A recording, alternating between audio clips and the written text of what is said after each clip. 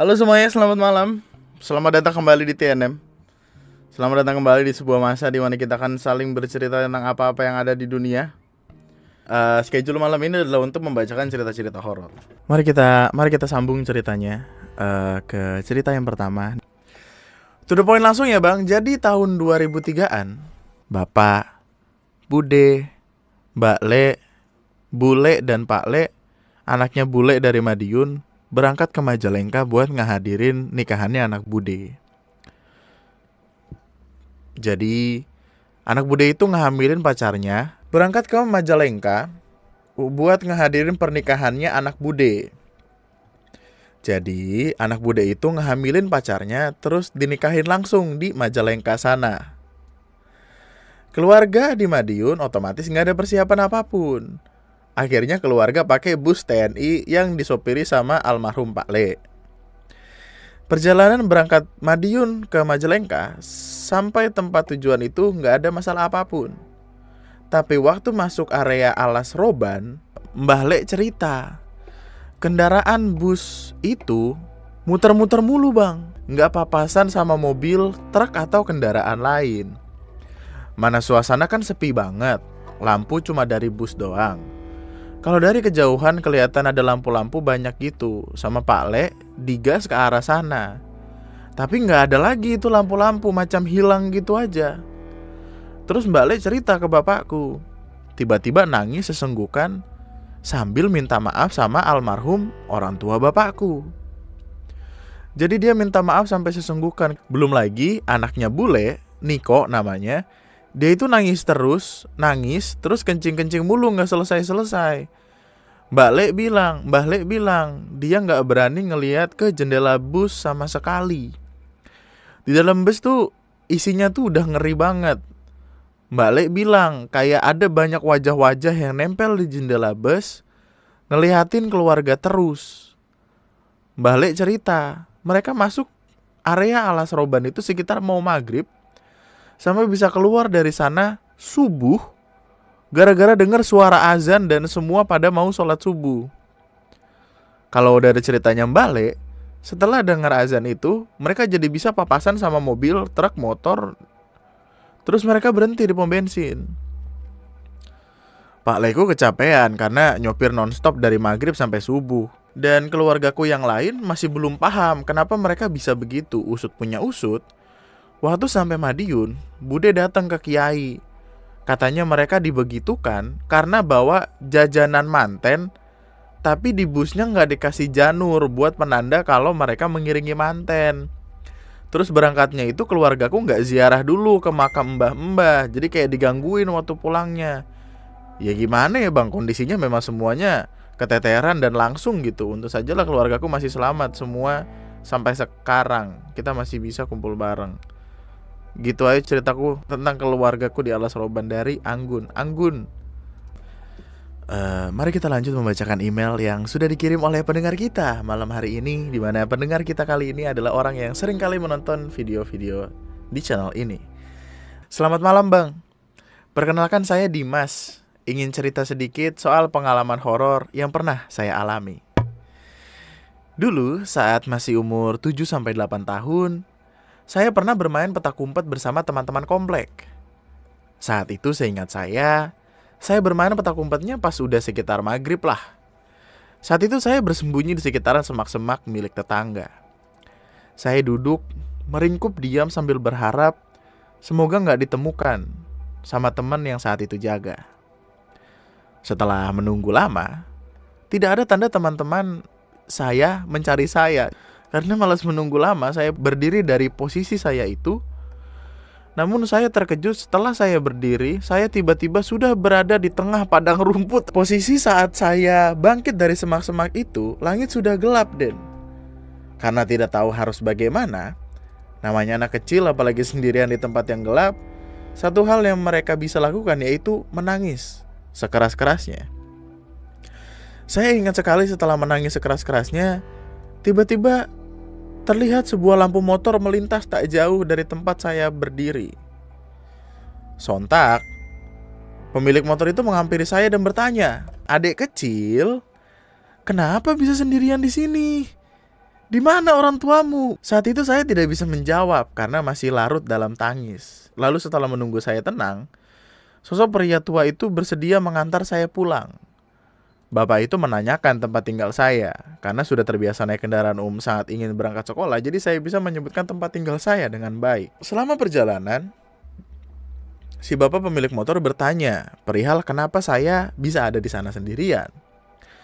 Seketika saya jawab apa yang terjadi. Sontak bapak itu kaget. Hah? Pas tahu kebenarannya, kaget. Sampainya di rumah, ternyata orang-orang satu kompleks sudah ramai-ramai mencari saya. Beberapa menduga saya diculik. Beberapa lainnya mengira saya masih bersembunyi entah di mana. Lalu bapak itu mengantar saya menemui ibu saya. Lalu ia kaget karena ternyata anak yang ia bawa pulang adalah anak dari teman satu kerja. Ibu saat melihat saya lalu berlari memeluk saya. Dia berdoa bersyukur anaknya tidak apa-apa. Ibu juga berterima kasih sama temannya karena udah mengantar pulang anaknya yang hilang. Lalu ibu bertanya kepadaku, "Kemana aja kamu nak? Tetangga sampai nyari-nyari kamu tahu." Aku pun menjawab, "Bersembunyi mah." Tapi pas Dimas berdiri mau ketemu sama teman-teman, Dimas tiba-tiba sudah nggak tahu di mana, gelap mah. Ceritaku lagi sambil menitikkan air mata. Ibu sempat tanya lagi kepada temannya yang mengantarku. Lalu bapak itu cerita bahwa saya naik sekitar lapangan yang tidak jauh dari tempat kerja ibu. Jadi ibu dulu karyawan hotel di salah satu hotel di Timika. Ada jalur di mana sebelum masuk ke hotel kita akan bertemu sebuah padang rumput luas nan bersih. Di sebelah padang rumput itu ada hutan yang cukup lebat. Jadi posisi saya tepat di antara semak-semak hutan yang gak jauh dari jalan tersebut. Ibu jelas bingung bagaimana bisa anaknya yang bermain di komplek perumahan padat tahu-tahu sudah ada di hutan yang letaknya dekat tempat kerja ibu yang jelas jaraknya 5-6 km. Wah. Hal itu masih menjadi misteri bagiku dan keluargaku sampai saat ini. Tetangga mengira kejadianku mungkin ada hubungannya dengan di bawah Swanggi, orang sakti atau orang pintar. Tapi orang tuaku tidak ingin terlalu memikirkan lagi. Sekian pengalaman saya. Makasih udah mau mendengarkan ceritaku, Bang. Semoga sukses selalu. Ayo lanjut ya. Selamat malam para penikmat cerita horor. Malam juga Om Andri dan Mbak Ara. Ini pengalamanku waktu kelas 7 di sebuah pondok pas tahun 2017. Basa-basi dulu gak sih? Pondokku ini bagian belakang kan kamar mandi. Nah belakangnya lagi ada sungai. Di seberang sungai ini ada TPU, tempat pemakaman umum dong. Ditambah lagi ada desas-desus kalau bangunan asramanya bekas rumah sakit sama pabrik kecap. Dan waktu jadi pabrik kecapnya itu makan korban jiwa dan arwahnya gentayangan. Aku cukup percaya yang arwah gentayangan karena aku pernah melihat bayangan hitam setinggi anak-anak gak ada 1 meter di dalam asrama pas lagi tidur. Entah itu mimpi atau beneran, aku gak tahu. Tapi ini serem, apalagi si anak kecil ini bawa gunting yang aku temukan beberapa minggu setelah mimpi ini. Jadi kan, kepulangan pondok itu 2 minggu sekali. Nah setiap minggu, pas jatah gak pulang sepondok, biasanya rame-rame nobar film. Judul yang masih kuinget itu Sinister 2. Pas minggu paginya itu, ustadznya ngadain kegiatan olahraga, entah sepak bola ataupun jalan pagi. Nah di sebuah minggu pagi, ustadz kan ngadain jalan pagi. Rutenya itu sekitar 3 km. 1 kilometernya jalan naik turun. Habis itu 1 kilometernya lurus dengan pemandangan sawah dan bukit, dan 7 bukit atau gunung. 1 kilometer terakhir itu jalan setapak gitu. Aku kan orangnya terlalu santai, jadi ya milih di rombongan belakang lah gitu. Mulai jalan itu awalnya lancar gitu, sampai pertengahan aku kepikiran untuk mandi awalan biar gak ngantri. Akhirnya aku mulai ngejar rombongan di depan. Nah ketika jalan setapak, rombongan di belakangku itu udah gak kelihatan. Ya udah aku YOLO gitu sendiri karena masih pagi gak bakal mikir aneh-aneh.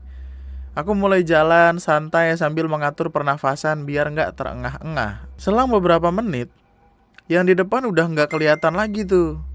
Mulai ku jogging lagi sambil menikmati udara pedalaman. Ku tengok ke belakang lagi, masih belum kelihatan ada rombongan yang kelihatan. Jadi posisiku kan di tengah jalan setapak, gak ada siapa-siapa. Aku ngebut lah itu, soalnya kan tinggal dikit lagi sampai pondok. Sesudah jalan 2 menitan, kelihatan tuh ada ibu sama anak jauh di depan. Aku merasa agak aneh, soalnya kan di jalan setapak itu nggak ada rumah yang berdiri ya, cuma sawah gitu. Aku nengok ke belakang lagi berharap rombongan yang di belakangku seenggaknya kelihatan, dan ternyata masih belum ada yang terlihat. Nah otomatis kan aku kembali nengok ke depan. Tiba-tiba ada seekor makhluk. Wah, makhluknya kecil. Makhluknya ini kecil, kakinya mirip SpongeBob gitu, kurus dan kering warna hitam. Badannya itu bulat kayak bola, terus pakai topi apa gitu. Tingginya sekitar lutut, kurang lebih 50 cm. Kaget dong. Aku lihat sekitar itu cuma aku sama ibu dan anak. Termasuk aku lihat di belakang lagi dan masih belum ada siapa-siapa. Aku berhenti dan aku mulai mikirin bad ending yang akan terjadi. Awalnya aku pikir untuk menendang si makhluk aneh itu cuma kepikiran bad endingnya. Aku bakal dikejar dan gak ada yang nolongin atau diemin dia dan nunggu dia sampai jauh dan hilang. Gak tahu kenapa, adrenalin terpacu buat nendang. Wah, aku mulai deketin makhluk ini pelan-pelan. Semakin dekat rasanya mulai aneh. Makin dekat lagi sampai sekitar 3 meter jaraknya, tiba-tiba setubuh rasanya merinding dari kepala sampai kaki. Untuk pertama kali ngerasain merinding sampai segininya. Nyali pun ciut. Dan aku langsung mundur karena buat nenangin rasa merinding itu. Aku mundur, aku lihat makhluk itu ngikutin ibu dan anak yang tadi kulihat mereka di belakangnya. Mulai kupikirkan suatu hal, yaitu bentuk muka dari makhluk itu.